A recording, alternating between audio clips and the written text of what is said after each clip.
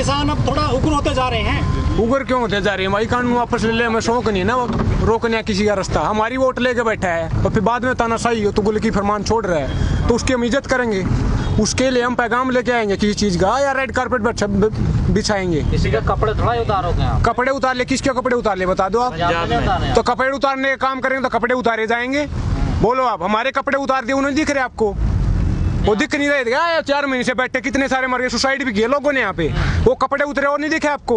और आप तो शांतिपूर्ण आंदोलन शांतिपूर्ण तरीके से कर रहे हैं, लेकिन शांतिपूर्ण तरीके से जब होता है जब सरकार मानती है, और शांति से चल रहा है ये नॉन वायलेंट तरीके से। गांधी प्रिंसिपल उस पर बेस्ड आंदोलन, लेकिन क्या है कि अब सिर से ऊपर पानी जा चुका है। अब किसान मर रहे हैं दिन रात, उनको ऊपर से उल्टा बोल रहे हैं, खालिस्तानी आतंकवादी बता रहे हैं।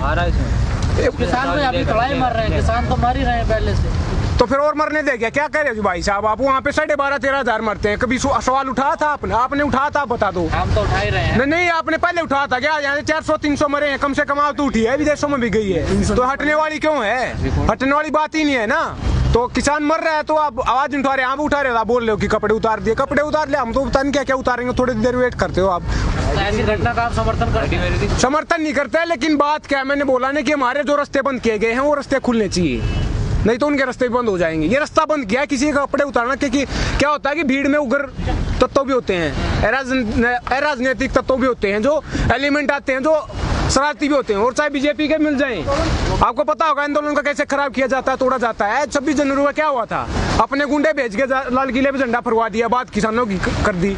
तो ये बीजेपी वालों की साजिश होती है। हमारा कोई किसान इतना ज्यादा एग्रेसिव नहीं है, हम अपनी मांग मनवाने के लिए बैठे। 4 महीने से बैठे, हमने एक पत्ता तोड़ा तो किसी का बता दो आप। एक पत्ता की बात कर रहा हूँ, दिल्ली के अंदर गए थे, एक पत्ता तोड़ा हो तो उसको आगे बता दो आप।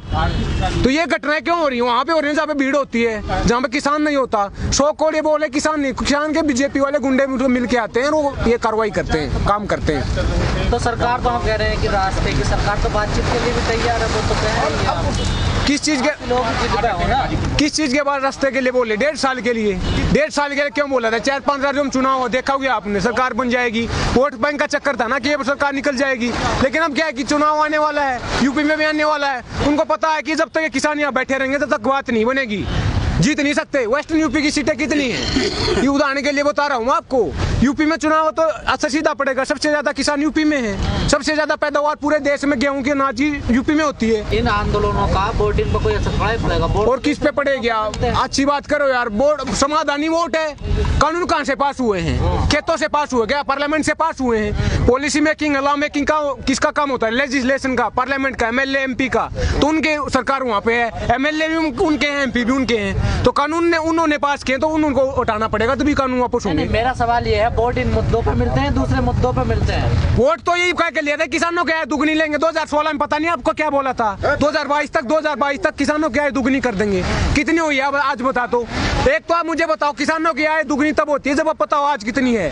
पहले आप बता दो ना, आज 100 रुपये, कल 200 करेंगे। बताते ही नहीं है, कोई डाटा नहीं है किसी प्रकार का। मरते हैं जो 2015 के पास एनसीआरबी का डाटा था वो बंद कर दिया निकालना जानबूझ के। क्यों? क्योंकि इमेज डाउन होती है, वही वोट बैंक का चक्कर बताया मैंने आपको।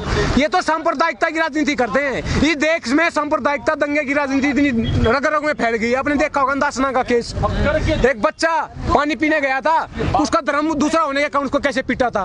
वो नौजवान देश के था जिसने पीटा था। तो कबीरदास जी ने कहा था कि कबीर कुआं पानी का, पानी भरे अनेक, बर्तन में ही भेद है, पानी सब में एक। तो पानी तो सब एक है, पानी में भी धर्म निकाल दिया क्या? आज सांप्रदायिकता, जो पोलराइजेशन है, रेडिकलाइजेशन इतना हाई हो गया है, उससे कुछ शब्द नहीं है मेरे पास। क्योंकि बता दूं आपको उदाहरण के लिए, पोलराइजेशन क्या होता है। पिछले साल मैं अपने गांव में गया, चुनाव था हरियाणा में, तो मैं एक बच्चा जा रहा था, उसको बोला कि भाई किसका है? तो बोला कि बीजेपी का। मैं उसको बोला था तेरे पापा का नाम क्या है? तो वो बीजेपी का बोला। तो ये बच्चों को भी तब बताया जा रहा है, छोटे छोटे बच्चों को, कि बीजेपी क्या है, कांग्रेस क्या है, धर्म क्या है, जाति क्या है। तो जब आपने अभी डासने का जिक्र किया, कोई किसान नेता डासना नहीं गया या उस लड़के के घर गया कोई? आप ऐसा करके भाई आप चले जाते फिर। किसान किस किसानों का बेटा तो होगा वो। गांव में कौन रहता है? पूंजीपति रहते हैं, बिजनेसमैन रहता है, किसानों का बेटा है क्या भाई? तो कोई भी किसी भी चीज की पूछ पकड़ के लाओ, किसानों की घुसेड़ दोगे यार, तो वो बात करो आप। ये कोई लॉजिक की बात होनी चाहिए ना। उसी मंदिर का जो संत है स्वामी कह रहे थे कि जो राष्ट्रपति हमारे रहे एपीजे अब्दुल कलाम, उनको तो जिहादी, हाँ जिहादी बोल बताया। अरे अमर्त्य सेन का पता होगा, उसको गद्दार बता दो ये पार्टी हो तो नई बात थोड़ा ना है ये। मुस्लिम है ना, मुस्लिम तो इस देश में राष्ट्र आतंकवादी हो तो सबको पता है, नैरेटिव खड़ा किया गया है कि मुस्लिम राष्ट्र आतंकवादी होगा और हिंदू राष्ट्रवादी होगा। हिंदू ही रेप कर रहे हैं सबसे ज्यादा, मतलब ये धर्म की बात दूर हटाओ भाई, काम की बात की जाए। पता होगा ना आपको हिंदू खतरे में। देश की जनता को काम की बात नहीं चाहिए ना। और किसी आप पश्चिम बंगाल में देख लो, अनएजुकेशन सरकार कह रही है कि राम से डर गई ममता। काम की बात पसंद की बात कहाँ हो रही है? सुन तो ले मेरा, चंडी जाप हो रहा है, कलमा पढ़ा जा रहा है। मिर्जा गालिब ने कहा था कि बात बात पर करते हो ये तू क्या है, तुम ही बताओ ये तो अंदाजे गुफ्तगू क्या है। हाँ मैं बता रहा हूँ ना, अब आपने पूछा तब ये बोल रहे, मैं क्या बोल रहा हूँ कि सांप्रदायिकता मैं ही मानता हूँ। एजुकेशन है ना, पढ़े लिखे नहीं अनपढ़े दे सबको पता है, कितनी हाई लिटरेसी रेट है सबको पता है। वो प्राइमरी एजुकेशन है, उसमें भी ASCR का एक सर्वे आता है, उसमें बताता है कि 50% तो बच्चे पढ़ नहीं सकते, 60% सिंपल न्यूमेरिक नहीं कर सकते। प्रथम नाम का एनजीओ निकलता है, एनुअल रिपोर्ट आती है। तो मैं क्या कहना चाह रहा हूँ, जिसके पास एजुकेशन को पता ही नहीं है, रैशनैलिटी आएगी नहीं, लॉजिक आएगा नहीं, जो साइंटिफिक टेम्पर डेवलप कहाँ होती है, कॉलेज यूनिवर्सिटी में होती है। तो कॉलेज यूनिवर्सिटी तो देश में बचे नहीं है। मंदिर मस्जिद की बात हो रही है, मंदिर मस्जिद की राजनीति हो रही है। आपने पता होगा एक टाइम हायर एजुकेशन की रिपोर्ट आती है, उसमें क्या बोला कि टॉप की 300 यूनिवर्सिटी में इंडिया की एक भी यूनिवर्सिटी नहीं है, एक भी। तो एजुकेशन सवाल को पैदा करती है, और सवाल पैदा हो गए तो एक्सपोज हो जाएंगे। कुछ करते तो है नहीं, किया तो है नहीं, सवाल तो जेल में जाएगा और चापलूसी पार्लियामेंट में जाएगी। ये आपके सामने उदाहरण देख रहे हो आप, चापलूस कौन और कहाँ बैठा है और सवाल कहाँ बैठा है। कैसे सुधरा जाएगा, कैसे सुधरा? एजुकेशन से जो वेस्टर्न वर्ल्ड है, चाइना, जापान है, साउथ कोरिया है, यूरोप है, अमेरिका, ये कैसे डेवलप हुए, विकसित कैसे हुए? ह्यूमन डेवलपमेंट से, मानव विकास से। मानव विकास क्या होता है? एजुकेशन हेल्थ पे खर्चा किया जाता है, बहुत ज्यादा पैसा लगाया जाता है। उसके बाद क्या होगा, आदमी पढ़ा लिखा होगा, स्वस्थ होगा, वो अपना घर नहीं बसा सकता, घर नहीं चला सकता। तो उसके बाद क्या होगी, रैशनैलिटी डेवलप होगी, लॉजिक डेवलप होगा। जो आज देश में जो भी आप अपनी आंखों से देख रहे हो, नंगी आंखों से, ये या तो मैन मेड साइंस है या नेचुरल साइंस है। तो साइंटिफिक टेम्पर होगी, जब साइंस में रिसर्च में जाएगा और लैब में जाएगा, रिसर्च करेगा तो नई नई चीजें बनेगी। ये माइक भी किसी ने बनाया है रैशनैलिटी का यूज करके, लॉजिक का यूज करके। तो ये किताब के कारण बना है, ये मंदिर मस्जिद के कारण बना है। तो इसी नैरेटिव को खिलाफ में खड़े हैं यहाँ पे, बार बार उसकी बात करता हूँ, क्योंकि उसको काउंटर करना पड़ेगा, उस चीज को दबाना पड़ेगा, तब आगे बढ़ पाएगा देश। क्योंकि ये जितनी ज्यादा रगरों में फैल गया, छोटे छोटे बच्चों को बताया जा रहा है तेरा धर्म क्या है। आप मुझे बताइए, 18 साल के बच्चे को अधिकार होता है वोटिंग का, 21 साल के बच्चे को अधिकार होता है राइट टू मैरिज का अधिकार होता है। तो 18 साल के बच्चों को धर्म का अधिकार क्यों नहीं देते आप पैदा होते हैं, इसको क्यों बताते हो तू हिंदू है, तू मुसलमान है, तू सिख है। 18 साल के बाद उसको चुनने दो ना, उसका अधिकार है। क्या पता उसका दिमाग चलने लगा, कोई अच्छी चीज चुन ले, क्या पता मानवता चुन ले। तो इस बात को समझना होगा, हमें इस चीज को काउंटर करना पड़ेगा, इस चीज को खत्म करना पड़ेगा, तभी देश आगे बढ़ेगा। क्योंकि कार्ल मार्क्स सवाल है ना, खत्म कौन करेगा इसको? सरकार तो देना नहीं चाहती, अगर सरकार देगी तो सवाल होगा, और जनता लेना नहीं चाहती। जनता तो मंदिर मस्जिद ले रही है ना, वो एजुकेशन मैंने वही बता रहा। फिर हाँ हम आप बात करेंगे ना, लोकतंत्र लोगों का तंत्र होता है, लोग आप भी है उसमें, मैं भी हूँ। अब ऐसे अवेयरनेस बढ़ती है, अगर ऐसा ही सोच जाते देश गुलाम होता, समझ रहे हो ना, वो भी सोच जाते तो ऐसा ही देश गुलाम होता।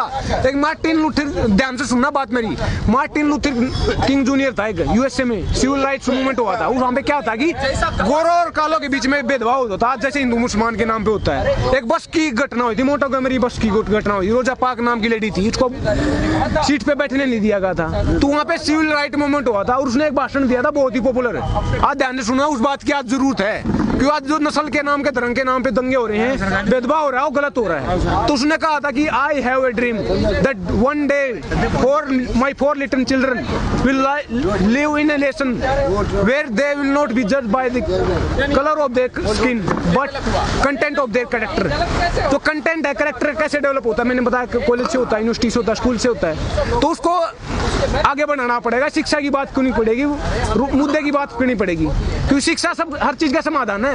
क्योंकि नेल्सन मंडेला भी वही थे ना, 27 साल तक जेल में रहे थे, 27 साल तक, उसके बाद बाहर निकल के आए, उसके प्रेसिडेंट बने। तो आज देश में कौन नहीं जानता, वर्ल्ड में कौन नहीं जानता उसको, बहुत बड़ा सिंबल है वो। तो उन्होंने कहा था कि education is the most powerful weapon to change the world. Education हथियार होता है, एजुकेशन को अपनाना पड़ेगा, एजुकेशन को बढ़ावा देना पड़ेगा।